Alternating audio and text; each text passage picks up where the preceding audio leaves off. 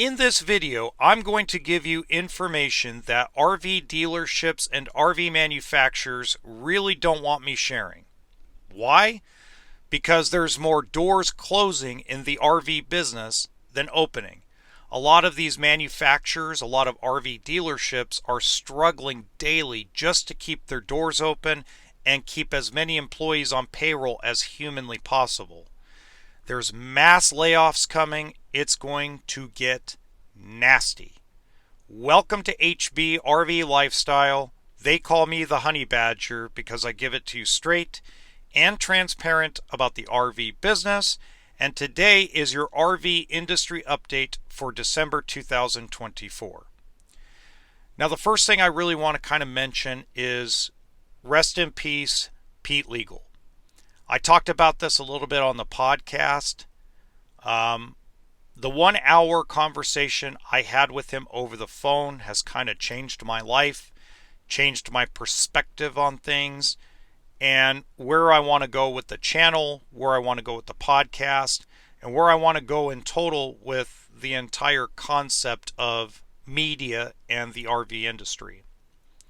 So I just want to take a moment to recognize that he was a really good guy. Whether you love his products, hate his products, whether you want to bash him, whether you don't want to bash him, doesn't matter to me. What matters is I want to give the man the respect that he kind of deserved. And so I just wanted to mention him here in the first minute. Where we need to start is with Lazy Days RV, because what's going on with Lazy Days RV is significant to the rest of this update. Lazy Days has sold stores to Camping World, 8 total if I remember correctly. They are on the verge of closing their doors permanently. They can tell you all they want in their quarterly reports. They could tell investors all they want that, oh, everything's fine, we've got a plan, we've got this, we've got that. You are absolutely buried in product. And it's a common theme across the dealership landscape. Whether it's a big corporate dealership like Camping World or a small mom and pop like Joe's RV. Everybody is buried in overpriced, expensive product. And the problem is the buyer pool is shrinking every single week. Bottom line. And this doesn't just affect dealerships. This affects private party sellers too. This affects private party buyers too. This affects everyone. This just doesn't affect the rich and powerful. This affects regular Joe. And most people don't realize it. The used RV market, as an example, is very determined and very helpful when dealerships are buying used inventory from the auctions, from the streets, in mass quantity, because it actually increases the value of those used RVs. The problem is when you have a bunch of dealerships across the United States that can't afford to buy used inventory at the rate they should be buying used inventory because their cash flow is down, their inventory loans, which we call floor plan, is maxed out, where banks have been rumored to be cutting those loan lineups or those lines of credit really significantly down. We haven't hit rock bottom yet. You can listen to all the folks on Fox News and CNN and MSNBC and listen to all these economic experts, these paid economic experts, and you can feel it in the air. We haven't hit rock bottom yet. My prediction is we're going to lose more than Lazy Days. And a lot of this can be boiled down to the second thing I really want to talk about that's tied into this. And that is quality. So I have been saying, and I will continue to say, that the quality of most of the travel trailers and the fifth wheels and the motorhomes, not all of them, but the majority of them, are the same as they were in the 1970s and 1980s. The only thing that's changed is the technology we put into them, and in a lot of cases, they're trying to make them lighter, okay? But as far as the wall construction, nothing much has changed. Nothing much has been innovated. Okay, a lot of things have been built pretty similarly over the last 15, 20, 30 years. But it seems like we're in an impasse right now. And that impasse is the manufacturers are not building enough RVs to make the quality good. So there's a certain level. So this is going to be hard to explain. Let me try to explain to you, so bear with me on this. When a factory is building 5 days a week, and let's say the normal factory, let's say a travel trailer or a motorhome factory, produces, let's say, 10 a day on average when the economy is normal. Not great, not bad, but a normal economy, a normal RV economy. When that number increases past 10, quality problems occur. When that number becomes below 10, the quality problems occur. And right now, I'm starting to hear from service people this week that Winnebago, Grand Design, Forest River, Keystone, all of them across the board, the stuff coming out of the factory, their 2025s, are coming out like crap. They're coming out poorly put together. They're coming out very bad. And yeah, guess what? There's going to be corporate RV dealership YouTubers that are going to come online and, oh no, this guy's full of crap. I talk to actual service people that have no skin in the game. They're going to get paid an hourly wage. They're not built on commission. They're built on showing up and fixing things and getting a paycheck at the end of 40-hour work week. They have strictly told me that the stuff coming off the assembly line, and no one, including Outdoors RV, including Arctic Fox, including Grand Design and Brinkley, none of them are immune. Every one of them are having mass problems on the assembly line coming to the dealership. And the further the coach has to travel, the worse the problems are. So this isn't because they don't care, guys. That's where people get things wrong. This isn't because the manufacturer doesn't care. This is because the manufacturers are only working 2-day work weeks, 3-day work weeks, maybe 4-day work weeks. They went from, as I said, building, let's say as an example, during a normal economy, 10 a day, they're now going to 3 a day. So instead of, you would think the quality would go up. That's not the way it works. If you actually worked in an RV factory, you would understand that how that whole concept works. So now they're pushing this stuff out the door, 3 a day, and then they're going home because they get paid on piece rate, most of these folks. So what does the manufacturers do? Well, the manufacturers have started to shut down plants outside of Indiana. So California, Forest River, gone. More than likely, the rumors are that the Oregon plants are going to get shut down. So Keystone RV possibly is going to shut down their Oregon plant. So West Coast production is going to go away. It's going to go all straight back to Indiana. Why? I'm going to tell you why. Because quality sucks right now. And how do you get quality up? You get your main workforce more work. You get them back to what their normal production is. So because the entire industry is so screwed, beyond screwed right now, you might as well make everything built in Indiana, keep your workforce, your main workforce going, and get the quality up. And that's the best way to get quality up, is get them back to that 10 a day, 5 days a week. Only way to do that, shut down West Coast production. Shut down Southwest production.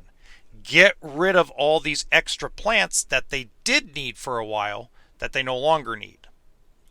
Let's remember, 2025, the economy is going to get worse before it gets better.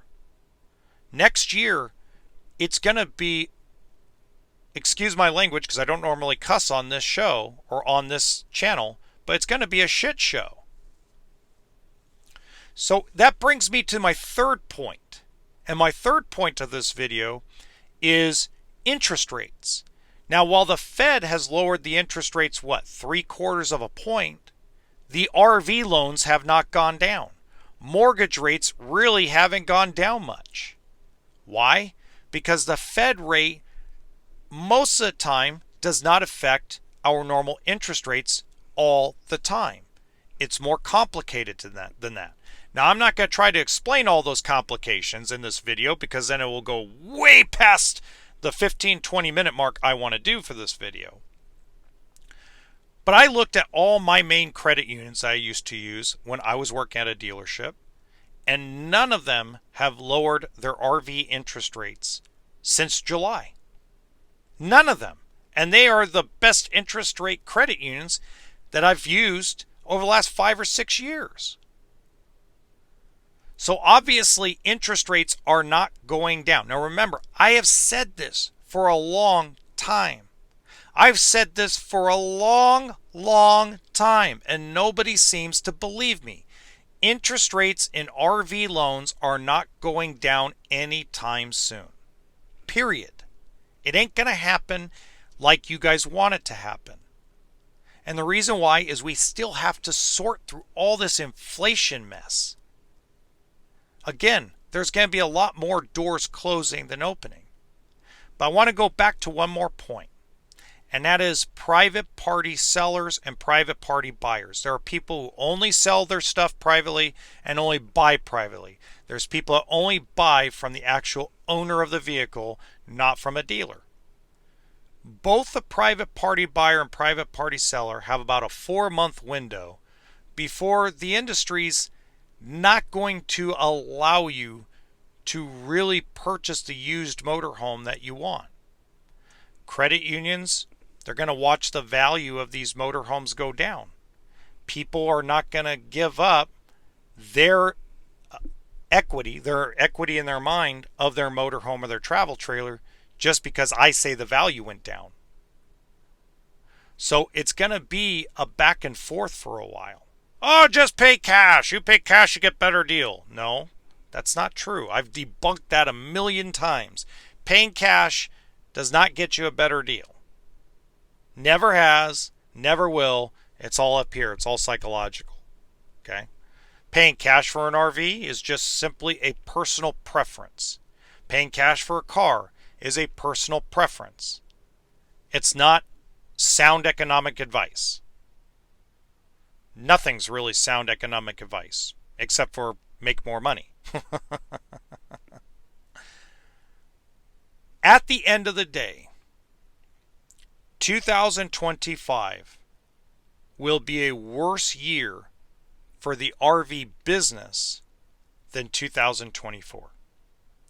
Now, that all being said, there is light at the end of the tunnel. And that light is RV rental companies and RV share companies. I talked about this on the podcast a little bit.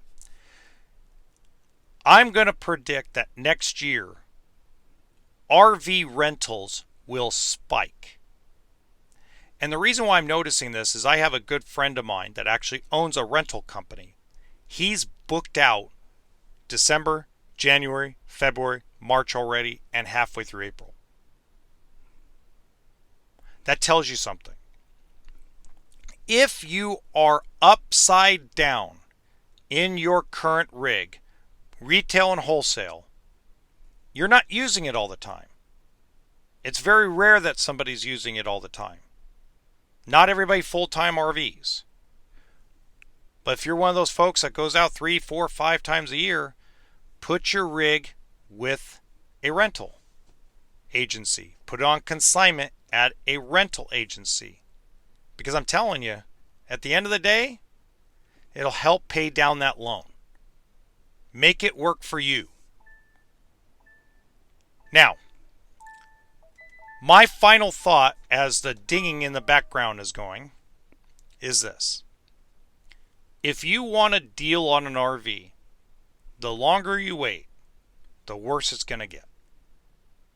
Your best time to get a good deal on an RV right now in this market is December, January, and February. Because the minute this thing crashes really bad, it's going to become really hard to get the RV you want at the price you want. Or the RV you want at a reasonable price, whether it's new or it's used. You have a 3-month window between now, December 1st, 2024, and February 28th, 2025. That's your window. So if you're going to go to the Tampa Bay show, if you're going to go to a bunch of these shows out in the East Coast, up in the Northwest, speed up your process if you're really looking for that amazing deal. Because once these doors, let me warn you about something, because everybody assumes, oh, since the economy's bad, that means we're going to get a bitchin' deal on an RV like when the whole thing crashes. No, that's not the way it works. The more dealerships that close their doors, the higher prices that other dealers can charge because there's no competition. If Camping World, as an example, buys out all these dealers, they can simply just keep raising their prices and raising their profit margins because there's no competition. It is unhealthy for the RV industry to have a crash. This bad market we're going to go through in 2025 is not good for the consumer and not good for the dealer and not good for the manufacturer. The only people it's good for is the RV rental companies. The rest of these folks, it's you, the consumer, you're going to get screwed in this whole thing. Because if these big corporate dealerships keep buying up mom and pop, they're going to have a monopoly. And they're just going to get together, keep their prices high, keep their profit margins high, and you're done. You're going to spend more money when the economy goes down than if you do it now. So if you're gonna RV in 2025, the next 3 months are crucial, extremely crucial. Until next time, RV stands for what? Toolkit and sense of humor. Have a good one.